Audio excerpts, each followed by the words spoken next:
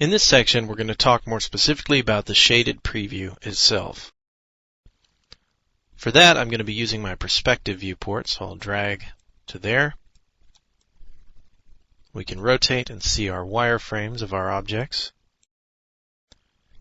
Now let's open our shaded preview tool panel and drag it to here. Our shade button is found here as well as here. So there's our shaded preview.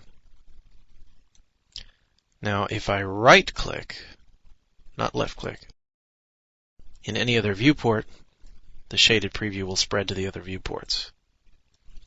I can zoom, I can rotate, I can pan, but as soon as I left click, the preview is broken.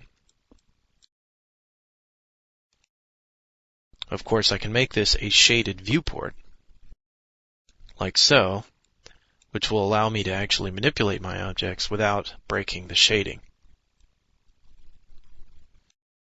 I can also toggle here flat shaded mode, which will shade them a little bit differently.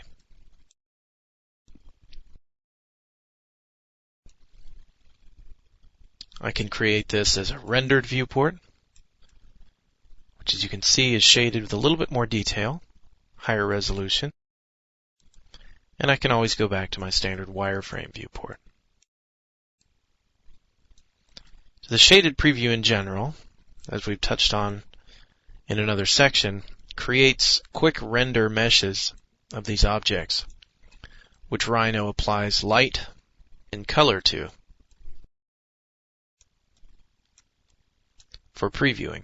If I save this file now, it will save the fact that it has created preview render meshes, which will make the file size a little bit larger, unless we choose our save small option, in which case it will not create the preview renders and will leave them to be generated the next time you open the file.